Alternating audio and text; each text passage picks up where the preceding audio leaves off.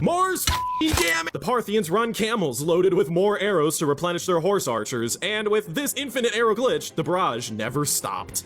After hours under heavy fire and running out of options, Crassus sends his son Publius and his mounted cavalry out of the formation. They barrel out of the hollowed square and chase a contingent of archers who lead the Roman cavalry far away from Crassus. Then, they do a simple trick that the Romans hated. As their horses continued running forward, they turned around and started firing arrows backwards. Parthian cavalry rush in from the sides, and soon Publius's contingent is crushed. He runs away with a few of his men, and, refusing to be captured, they all choose to fall on their swords. Back at the Roman hollowed square, Crassus begins to sense his son is in trouble, and frantically starts pushing his men to advance their formation to find them. But soon, he sees a Parthian quickly riding directly towards them.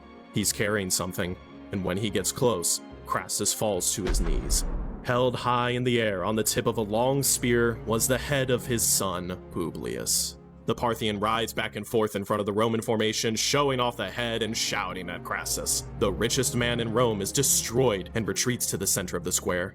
The Parthian cavalry begins pounding into the outer edge of the Roman formation, and their archers continue to shoot at the demoralized soldiers until the sun sets. At this point, Crassus was a broken man, curled up in the fetal position to a near catatonic state, mourning the death of his son. The Romans decide to retreat in the dark of night and abandon 4,000 of their wounded at camp. The Parthians find the camp the next day and slaughter every one of the men left behind. Eventually, Crassus and his army are found, and the Parthian general demands that he signs a peace treaty and leaves Mesopotamia. Crassus initially rejects the deal, but his men force him against his will to meet with the general so they can all go home. Depressed, he goes along, and when he arrives at the meeting place, he is surprised to see the Parthians holding a horse dressed in ridiculous golden armor. The Parthians tell Crassus that a man as rich as he should be ashamed of himself, arriving at such a meeting on foot, and they tell him to get on the fancy horse they have prepared just for him. The Romans realize that the Parthians were at this point just rubbing it in that they won, but Crassus gets on the horse to get it all over with. The soldier who is holding the reins of the horse begins running wildly back and forth, and the Parthians begin to laugh as they watch Crassus hold on for dear life.